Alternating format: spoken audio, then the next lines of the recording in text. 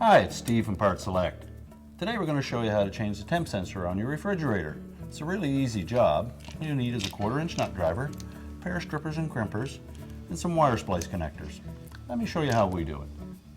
Now this model of a refrigerator has 3 temp sensors on it, and all of them are the same part number. So we'll begin by showing you the location of each of those. There is one in the fresh food compartment. It's located in the rear on the extension to the cantilever shelf bracket. You can access it by removing a single 1/4-inch hex head screw.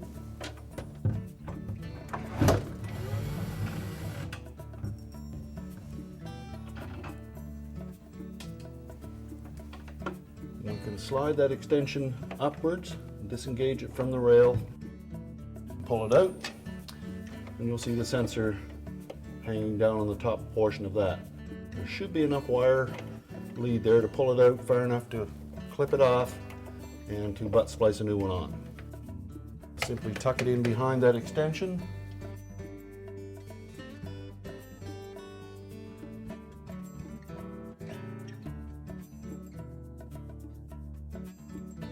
Slide that into the back of the cantilever rail. Reinsert the screw.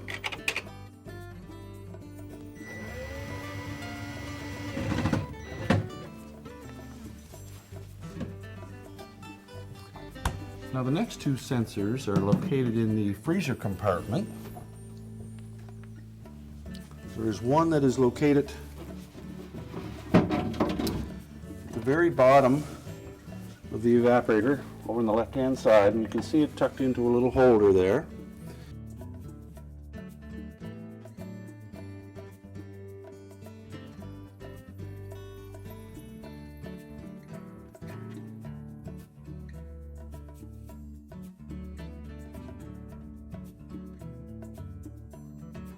The other one is located at the top of the evaporator,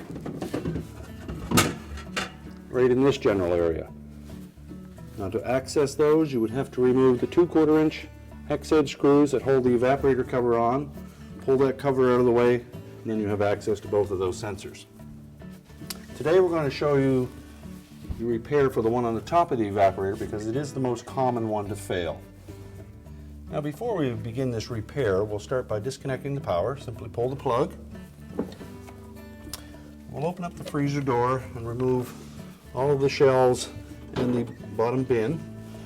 The shelves just snap in on the right-hand side to a plastic bracket, and then they'll pull out from the left-hand side.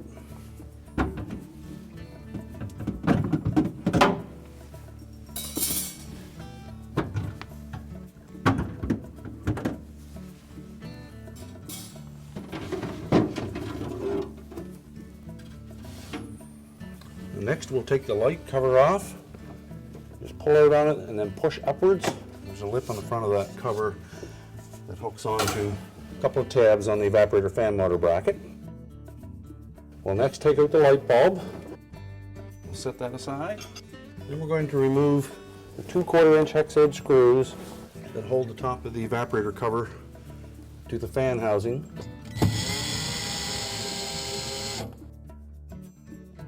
Just pull forward on it. You'll notice that there's a ground wire clip to the top edge. And just pry that off. And once you pull that out far enough, you can pull straight up on it. So you clear the bottom of the evaporator and tilt it out on the left side and pull it out of the way. Well, that will give us access to the temp sensor. It's mounted on the top of the evaporator. You can just barely see it from there.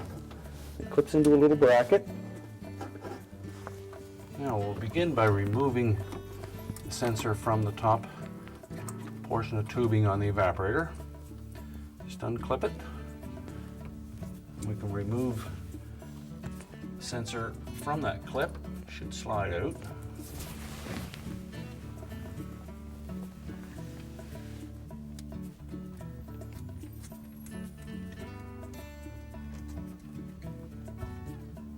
We'll retain the old clip as we will reuse it.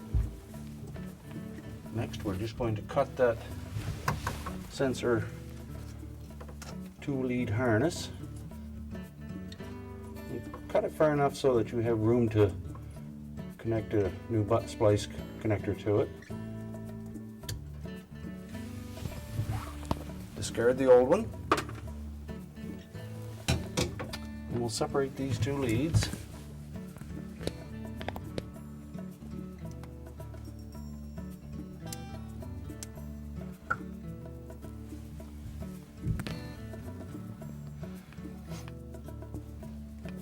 Enough so that you can strip about 3/8 of an inch of the insulation off of that wire. And if you need a little extra length there to work with, you can actually disconnect that connector, remove the ground screw, and pull the wire out where you can get better access to it.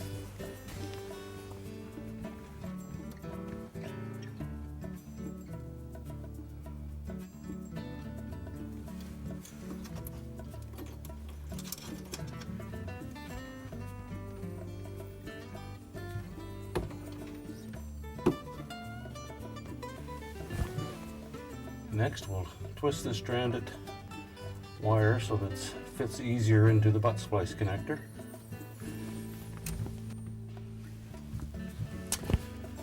And now we'll prepare the new sensor by stripping back the wires on it, and we'll actually connect the butt splice to the new sensor first, and then we'll pull the assembly in and connect it to the existing harness.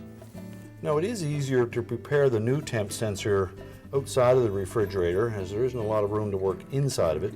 So we'll start by determining the length of lead that we need on the sensor, and then cut off the excess. So we'll just take a pair of wire snips and cut that off. You can discard the excess, and now we'll just separate these two leads. Just peel them apart.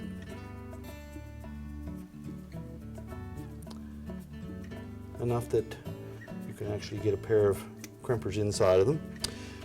We'll next strip about 3/8 of an inch of that insulation off.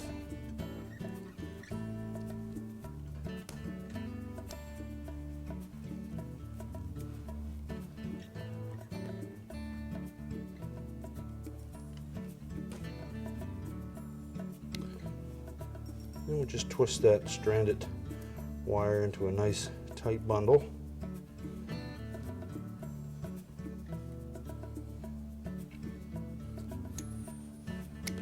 And we'll prepare one of the butt splice connectors. And we'll just make sure that that wire is fully inserted into the connector, and that none of the strands have popped loose, and give it a good tight crimp.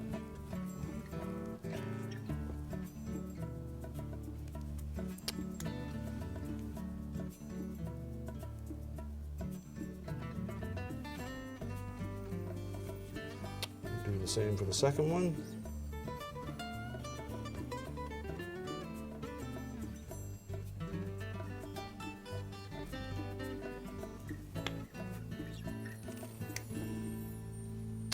Now we simply need to connect these two butt splice connectors to the existing harness in the refrigerator.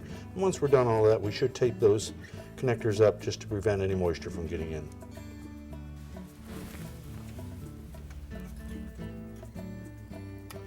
Make sure we fully insert that wire into the connector.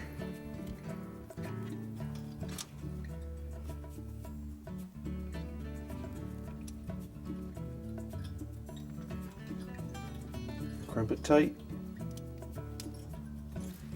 Same for the second conductor.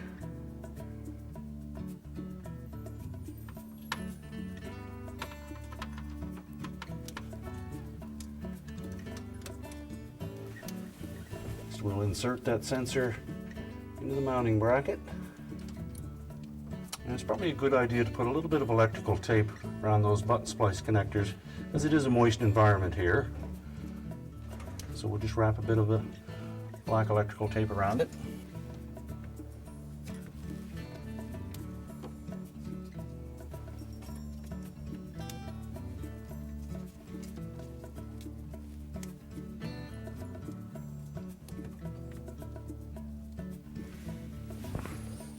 And we tuck the excess wire down in behind that tubing. just to make sure that it doesn't come in contact with the evaporator fan motor. And we'll snap that new sensor on just about where the aluminum joint meets the copper.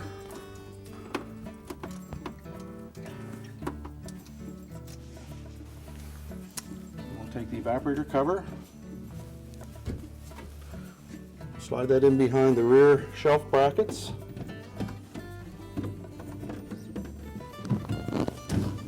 Rotate it into position. You have to tilt forward on the top a bit. And push it downwards.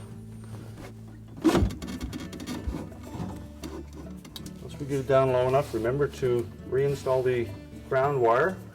Just clip that to the top edge. Make sure it fits firmly. Now we can pull that evaporator cover up. We line up the slots for the screw holes with those holes in the evaporator fan motor cover. We'll reinstall those 2/4 inch screws.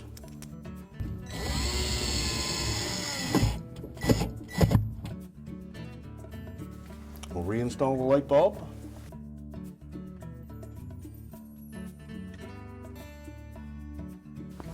And the light cover.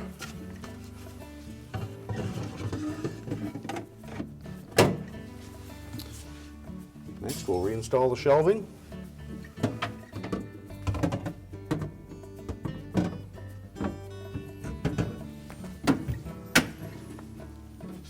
And the bottom bin.